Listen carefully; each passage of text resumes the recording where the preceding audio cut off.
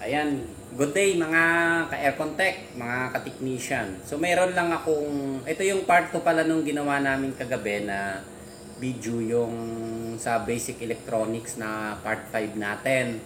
Yung, ano ba tawag dito, yung transistor switching. Ayan, so may comment lang ako na sasagutin, pero salute ako dito sa nag-comment na ito. So, naintindihan niya yung ating diniscuss kagabi. Ito. Si Sir Elias Laracas. Yan. The coil connected to collector should not be grounded because itself is complete circuit. The ground is connected when transistor is switched on. So its only emitter should not grounded based on your setup. Yan. Yung isa, marami ako natutunan sa iyo, boss. Pero yung ground mo relay 1714-1908. Karaniwan nasusukat sa base kapag yung emitter ng NPN nasa ground. Kapag nasusukat ng 5 volts, sira yung transistor. Yung mismong sa paa ng system, 5 volts, nasusukat 3 volts to 5 volts. Medyo malabo yung message niya pero naintindihan ko. Ayun. So okay yon. At least naintindihan ni napaliwanagan tayo ni Sir yung sino ba ito? Si Master Joe Vlog. Joey Vlog. Yun. Okay, Sir. Okay. Maganda yung sinabi niyo. Iko-correct lang natin kasi kagabi medyo haggard na kami dahil pagod na. Dahil sa loob, nagkakarpintero kami. Pagdating dito, gagawa kami ng mga board. Ayan, and maraming tawag. May mali talaga doon sa isang video na nalabas namin kagabi. Pero, i-correct natin ngayon. Yan yung ipapakita natin sa susunod na video natin ngayon. Ayan, so subscribe na lang sa ating YouTube channel, JDL Electronic Service Center.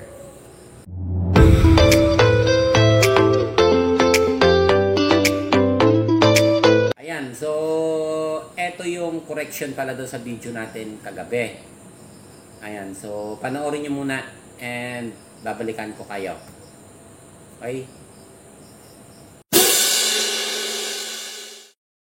Yung nagabalik tayo. Okay. So, ito yung whiteboard. Yung switching ng ginagamit niya kasi is, teka, dito ko i-drawing ha. Yan, pagpasensyahan nyo na yung drawing ko. May kapangitan. Yan, buti na lang. Maganda yung cameraman ko. Yan. So, ang tawag dyan, relay. Ito yung switching. Okay? So, ito yung nagsuswitch. Papunta doon sa ating pan. So, ito, yung isang paa natin is nakakabit sa ground. Yung isa is usually 12 volts yung ginagamit yan eh. Yan, 12V. Paano ba nagsuswitch itong ating relay? Okay. So yung relay natin, connected dyan sa ating system. System IC ha, system. Yun yung CPU na tinatawag natin. Yan, so nakakabit siya sa transistor. Yan. Tama ba yung aking drawing? Teka. So ayan, tama. Ito yung emitter, ito yung collector, ito yung base. Ayan. So ito yung switching transistor na tinatawag natin. Yung common na number nito is C1815. Common yung number na yan. Yan, switching transistor ang tawag dito ha. So paano nagsuswitch yung ating relay? So, dapat mayroon tayong 12 volts na standby. Ngayon, kung dito ka kumuha sa ground and 12, kapag gini-on mo yung unit, wala ka pang makukuha dahil naka-open. So, maaaring open line pa siya. So, ito, connected siya dun sa ating collector. Tama ba? Ayan. Collector. And yung emitter natin nakakabit sa ground. So ayan, magiging ground. Tama. Ayan, tama. Ground or 0 volts.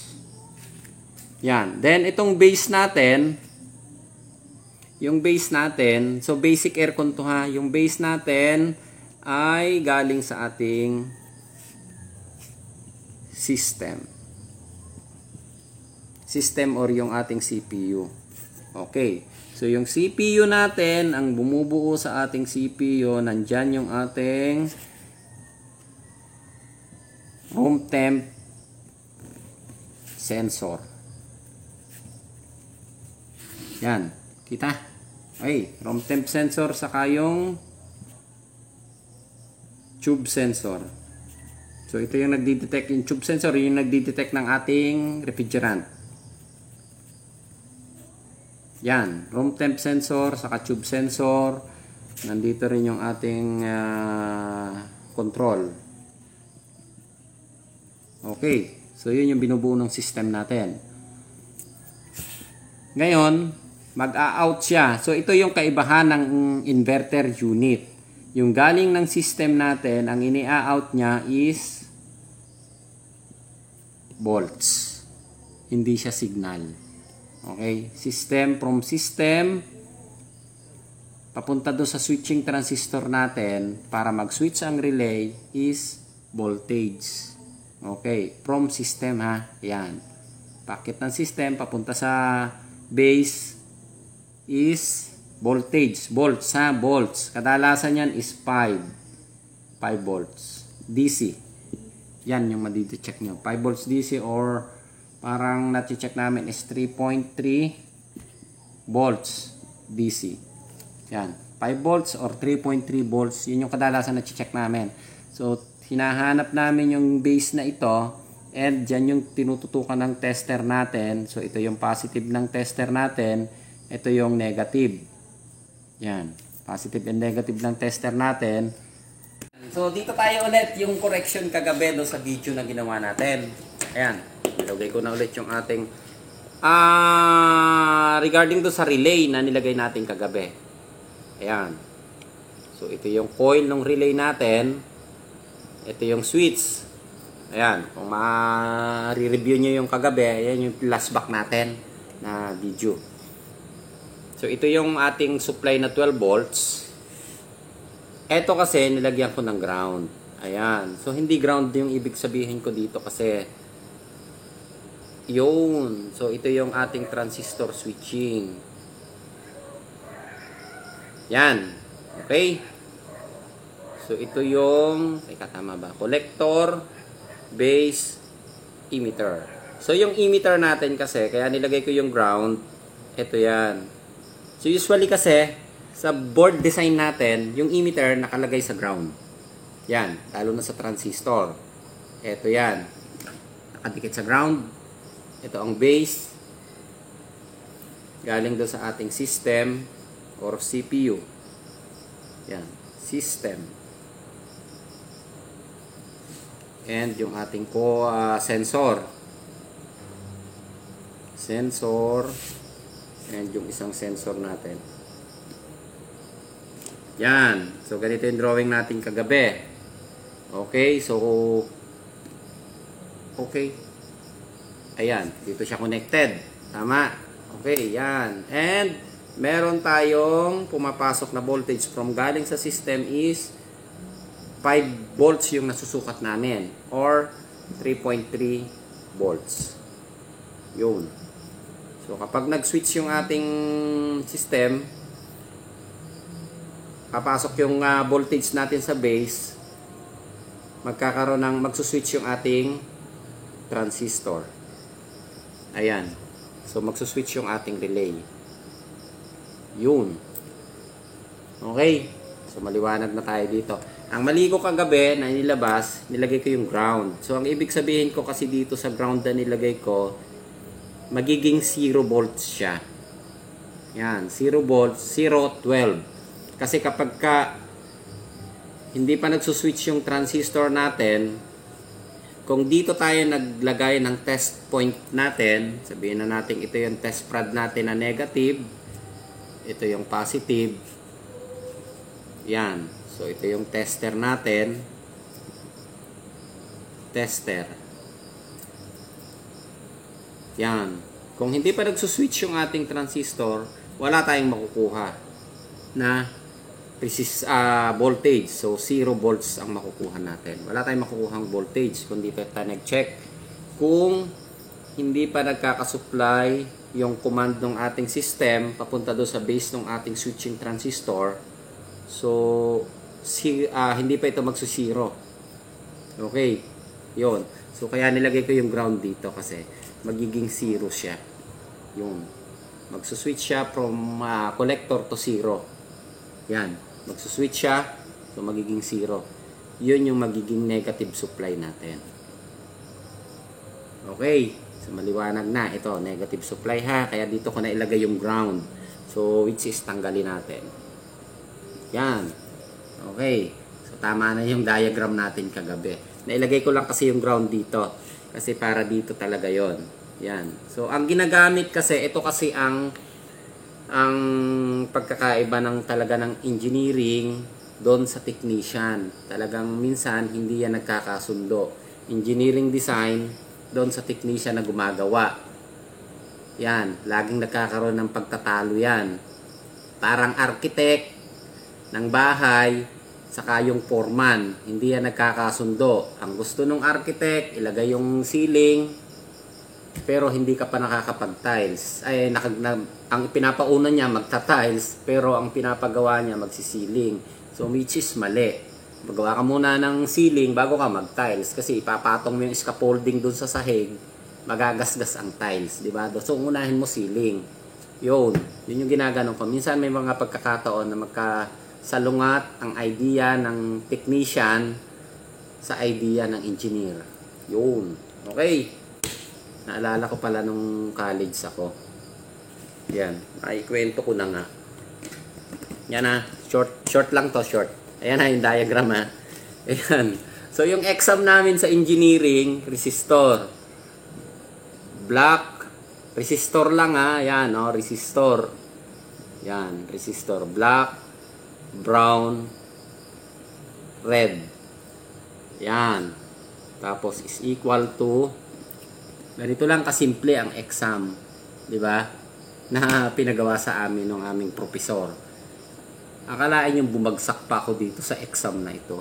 Kasi ito, equal to, nilagyan ko lang ng 1K. Yan. Sinagutan ko. Tapos, black, brown. Naalala ko lang, natatawa ko. Orange.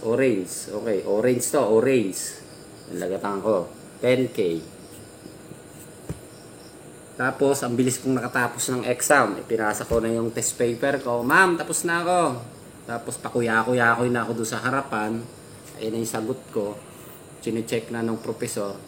Mr. Lumanglas, nasaan ang solusyon? Sabi ng profesor namin. Sabi ko, ma'am, ano ang solusyon? Wala naman yung problema. Bakit ako maglalagay ng solusyon? Wala namang problem. So, tama na, wala naman tayong problema. Ayan. Black, mali ito. Brown, black, red pala to. So, baliktad brown, black, red. So, ito, brown, black, orange to. Nauna ang brown ha. Brown. Brown, black, red. So, ito, brown, black, orange. Yun ay sinagot ko. Which is may computation talaga yan. So, sinagot ko ng direct. Yan. Sabi ko, nasa troubleshooting tayo. Magko-compute pa ako, iyan na yung sagot. Ayun. So, nangyari, bagsak ako. Hindi, 4 naman. Yung 4 sinorkat mo na, wala na yung formula. Wala na yung formula, iyan na yung sagot eh. Bakit mag-iisip ka pa? Ano yung brown? Is 1. Tama ba? Brown to brown. Ito black. Mali lang yung pagkakasulat ko. Teka, ulitin nga natin. Yan kwento lang to Brown.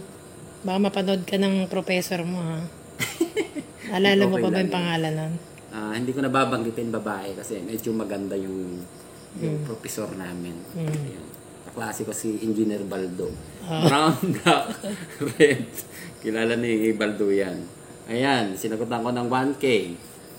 Ang hinahanap sa akin yung solusyon.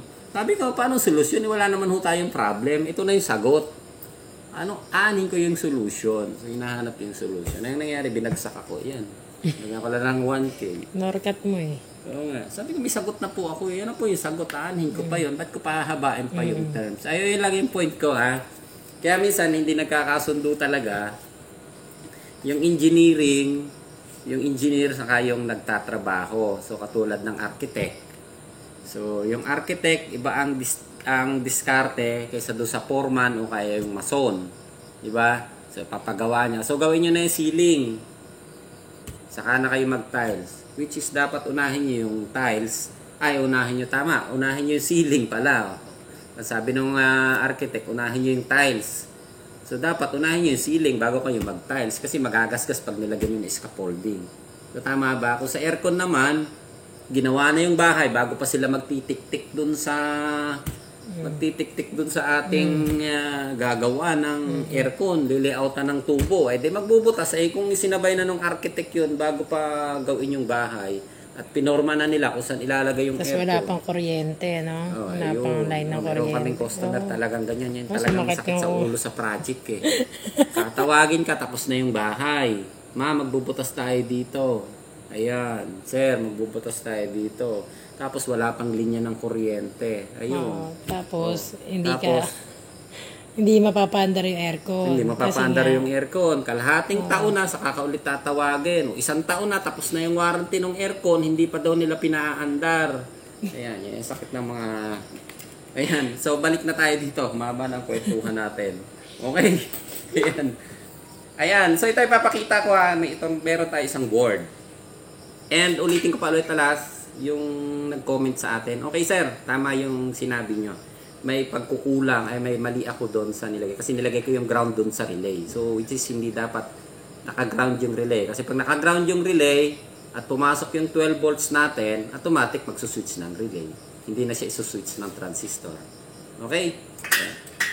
So ito yung ginagano natin na 5 volts. Teka, lagyan natin ng tester para maliwanag sa... Ayan, ito yung nakaset namin na ginagawa ko kagabi. Nakailang bote ka kasi kagabi. Ay. Bote, si Engineer Baldo, pinainom ako. Yan, tuloy, mali yung diagram ko. Ayan, so nag-relax kasi kami kagabi. Okay. Yan, bolts. Yan, so ito yung bolts natin. Ikakabit ko doon sa... Teka. Yung black negative and ito yung switching. Yun. So isinet up ko lang Etong isang tester natin saka yung pan, which is ito yung ipagpalagay nyo na compressor natin kung paano magsuswitch lang. Para lang makita nyo. So ito drawing ulit natin nga ito. Para maintindihan natin. Ito yung relay Yan. Relay. Kung paano lang magsuswitch para lang makita natin. Okay, ito yung transistor natin. Bawas. Kakamali na naman tayo. Yan. Ito yung galing ng system. Yun, nilakihan ko na. System. Ito yung nakalagay sa negative. Yan. Ito yung makikita nyo talaga. Laging naka-negative to Kapag ka-technician kasi yan, naka-negative yan, naka-ground lagi bago mag-check dito o mag-check dito o mag-check doon sa relay. Naka-negative lagi yan. Yung ating, lalo na yung mga electronic technician na gumagawa ng mga tube type TV, ayan. So, isasabit lang doon sa tube, sa picture tube, yung ating ground. Ayun na yun. Doon na sila magtutuso kasi yun yung main ground. Common ground ito Yan. Ayan. Ito yung ating 12 volts. Ito. So, i-check lang muna natin Ayan. So, dito pumasok ang ating comp at saka yung ating pan. Yan. So, ito ay 110 pala ito. 110. Yung isang line, 110. So, para maging 220 out. 20 volts. Ayan So, papasok yan dito. Ito yung 220 natin. Papasok doon para maging masupplyan yung compressor at saka yung ating pan motor. Okay? Yan. So, yan. Ito kasi yung ginamit nitong ating board na i-check natin. Ayan, kung maipo-focus mo ni Marian, paki-focus. Yan na doon. Lagyan natin ng ilaw para maliwanag.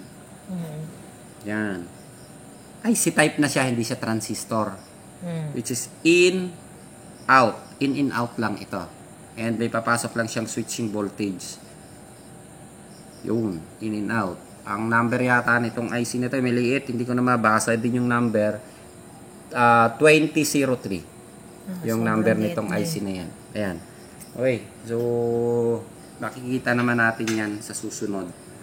Ano to, yung switching, transistor din ang laman yung IC na yan. Yan. Okay, so nakakabit tayo doon. Ito yung hinahanap natin na voltage na nawawala. Hindi natin na ituloy kasi sobrang haba na ng video namin kagabi. Tsaka kinukulanin. Yung nagbi-video namin. Kinukulanin. Pagod nang maghawak. Kasi cellphone lang po talaga ang gamit namin.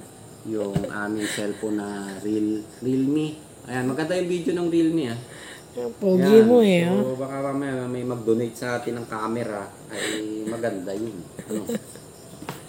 Cellphone lang ang ginagamit namin na pang video. Ayan, so i-on natin yung unit. Ayan, umandar yung pan. Dito. Antayin lang natin mag-switch.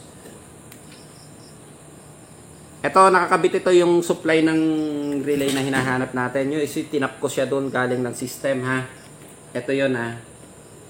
Yung ating clock. Ito yung ating supply. Ayan, oh. So, yung sinasabi ko sa inyo na 5 volts na papasok doon sa ating transistor. Ayun. And yung ating 220 na out ng compressor, ayan na. Meron na tayo. Ayan. Mandar yung pan natin ng outdoor. Nagka-supply tayo ng 220. Ito yung switching natin. Ito yan, ha. Ito, balikan mo itong drawing ko. Yung galing sa system. Pumasok sa collector. Para mag-switch ito. Yun. Naging 0 na siya. 12 volt 0. Okay, hindi na siya volts. ground. Okay, not exactly. Hindi ito eksaktong 0 volts, ha. Pero yan ang nangyayari. Yan yung so yan yung kinukontra ng mga engineer sa atin. Hindi ito eksaktong 0. Pero sa electronic technician, 0 volts ang ipinapalagay natin dito. Which is yun yung nilagay kong ground. Yun. So ibig sabihin ng ground ko na yon, yung ground na ito is pumupunta doon. Nagiging 0, kaya ground. Ayun, yun yung pinapaliwanag ko kagabi. Medyo mali lang yata yung pagkaka-explain ko. Ayun, so naging 0 siya, naging 12 yan. So 0, 12, magsuswitch na kasi may supply na tayo 12 volts. Yun, so magko-close na siya. Or ano ba tawag doon? Close, so tama. Magsuswitch na siya. So yung 220 natin, diretso na siya. Doon sa kompreso. Ayun, yung isang linya. Yun. Okay, ayan o. Ito yung 4.5 natin. Dali mo, engineer. Yan. Isang biglet ako, hindi ako gin. Yan o, yung 4.9 na hinahanap natin na galing ng system. Okay, ayan o. Tingnan yung tapping namin ng board. Ayan o. Kinuha ko doon sa paa ng IC. Galing ng system yan ha. Ito yung system IC. So, supply ng system IC, yung pinto yata, itong nakuhanan natin to. Yan. Eto. So, nagka-supply tayo ng 5 volts. And, nasa na to? Ito yung paa ng relay, oh. Yun. Galing doon. Sa kabila. In, out. Yung in, yung sa kabilang paa, yung out yung sa kabila. So, nag-switch na yung relay natin. So, ito yung hinahanap nyo na, ito yung volts, ha. Ewan ko kung makikita nyo. So, punta tayo dun sa 10 volts lang. Para madali nating nakita. Ito yung relay, oh. Na chine-check natin. Ito yung 12 na standby natin. Ayan yun, oh. Oh, ayan. May supply na tayo. Okay. Yun. So, patayin natin muna yung unit, ha. Tingnan nyo to, ha. Yan, ha. Teka, itutusok ko na lang. Ang tester na lang tingnan nyo, ha. Kasi wala akong connector, eh. Ayan, kita nyo, naka-standby yung supply natin ng relay. So, yung tinutukan ko ng test point, test prod natin, relay. I-off ko ang aircon natin. Yan bumagsak ang supply. So, ibig sabihin, kinat na niya yung 5 volts. Ayun, tingnan niyo yung 5 volts dito. 0. Ayan. Yung 220 natin, 0. Patay na yung compressor. Ayan, patay yung unit natin. So, nag-0 yung ating relay. Wala tayong nakuha. Pero, ito yung ginagano natin na supply na standby dun sa paan ng relay natin. Ayan, yung 12 volts. Nakalagay natin sa 50. Ayan, yung 12 volts. Nakikita? Ayan Ayan. Tingnan mo kung nakatutok yung... Ayan. Okay. Ayan ito yung ground. Negative. So, ito yung ginaganon ko na negative. Tingnan nyo yung kabilang paa. Naging 12 din. Yun. Okay? Ayan So, babalikan ko ulit kayo Papakita natin kung paano mag-switch ito. Bunutin ko sa saksak. Yan. Okay. So, saksak ulit. Baka sabugan yan. Hindi pa sasabog yan. Huwag kang mag-alala. Yan. So, ito yung ating positive 12 doon sa diagram na ginawa natin. Ayan wala pa yan Yan. Antayin natin mag-switch ang relay.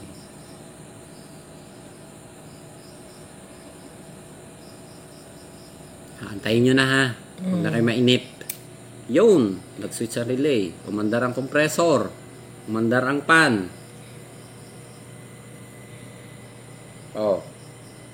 Yung ating supply ng system, yung nasa flock, yun, 4.9 volts. Yun. Yung supply ng relay, naging 12. Eto. Ayun. Ang galing ng aking cameraman, Nagtuturo na. Ayan. Okay. Ayan Ayan. Okay, Diba? Nagkaroon na ng supply, which is 0 yan kanina. Tingnan nyo, I-off ko ulit para hindi man sabihin yung magic. Ayan. Ang supply ng relay, I-off ko yung unit. Okay. Ayan. Nag-0 na siya. Wala na rin yung 5 volts natin. Patay na rin yung 220 output natin. Ayun. Okay na. So, maliwanag na tayo dito. Yun. So, ito yung pinapaliwanag natin. IC lang kasi yung ginamit nito, hindi transistor. So, yun yung galing ng system na 5 volts. Ito yung galing sa flock natin. Supply na galing ng system, yun yung 4.9 volts. Yun. Yung relay na hinahanap natin na naka-ground ako, kasi test point namin ito, yung mga electronic technician, alam yan. Hahanapin mo lang. May supply tayong standby sa 12 volts sa paan ng relay. Meron tayong 12. Pero naka-ground tayo. Okay. So, dito natin nilagay yung negative. Dito natin nilagay yung positive. Meron tayong 12 na nakuha. Pero pag nilagay natin yung test point natin dito, yung test prod ng negative natin, wala tayong nakukuhang voltage kasi hindi pa siya nagsisiro. Hindi pa nagsuswitch ito. Pupunta pa siya doon sa negative supply or ground na tinatawag natin. Yun. Kaya dito ko siya nailagay kahapon. Ito yung ibig kong ipakahulugan. Ayan. Tanggalin natin. Ay, wala na. Diba? Dinura mo na Dinura ko. Ito yung ground na yun. Which is, parang ground, nalilipat lang siya doon sa zero. Na, ito naman, ang mangyayari is isi-switch niya. Parang mag-short lang yung transistor natin dahil kinumanda ng ating system. So, pumasok yung voltage natin, nag-switch na ito, naging 0 na siya. Yun yung 12 volts natin sa relay. So, pag pumasok na yung 12 volts dito, so switch na yung relay natin, aandar na si compressor. Maliwanag na tayo. Maliwanag na. So, thank you doon sa nag-comment at na-correct din natin tama. ito. Ayan. Okay. So, magaling yung nag-comment kasi Engineer yun. Yan, Engineer yun. Kaya ako po, mukhang engineer. Engineer. Engineer na naging technician. na naging karpintero. Pagka-araw, karpintero ho kami. Paggabi, gumagawa kami ng aircon dito. Yan. Kaya sinasamantala ko na ho ito ngayon. Ngayong madaling araw na po. Hindi ho madaling araw pa. Alas 10 pa lang ng gabi. Kaya mapapanood niyo yung video na ito ay malamang mga alauna, alas 2 ng madaling araw. Ayan, lalabas ho yung video na yan. Kasi yung swerte ko na lang kung yung aking anak ay gising pa. Pag tulog na yun, ako. Magawa ng module. Magsasagot na ng module. Ayun, mahaba na ang video natin. Nag-on ulit oh. Yun. Nag-on na ulit. Yan. O, nasa na ulit yung 4.9. Ayun, 4.9 natin. Ayun na ulit yung 220. Ayan. So, okay na tayo dito. Kaya, ito kasi talagang ituturo na natin to sa electronic technician is gusto ko lang talaga kayong tulungan. Kasi ako, more on project talaga ho kami. Kaya next year po, baka hindi nyo na baka hindi nyo na ho ako mapagkikita dyan sa YouTube dahil lalabas na ho ulit ako para magtrabaho. Yan. So, ang trabaho talaga namin, dealer ho kami ng aircon and service center din ho kami and yun, sa project ho kami lumalabas, hindi ho talaga sa gawa ng board dahil yung mata ko ho medyo malabo-labo na. Eh, sa pagdating sa electronics, nagsasawa na tayo sa kagagawa. So, Para matuto na sila. para matuto na kayo. And masundan nyo sana ito. Yan, basic lang ho yan yung pinakita natin para lang ho talaga masundan nyo. Yan. So baka ho next year talaga, yun yung sinasabi ko, baka medyo bihira nyo na kami makita na magtuturo kasi more on nasa project kami. Bago ka lumabas at kung ang project, tapusin mo yung project mo dyan, ha? Yung bahay namin ay malapit nang matapos. Yung kubo natin dyan, ha? Malapit nang matapos ang bahay namin. Alam nyo kung ano lang ang kulang, budget. Wala kaming pangkabit ng tiles, wala kaming pangkabit ng aircon. Oo nga, no? Ano ka muna, lumabas ka muna, tapos mag-ipon ka muna ng pera para matapos mo yan. So, kailangan namin. Sa mga order ho ng aircon, sa amin na lang ho kayo kumuha. Konting discount lang, pero matuturuan ko naman kayo. Yan. Mababa lang discount natin. Okay. Nahuwa. Okay na. Ayos.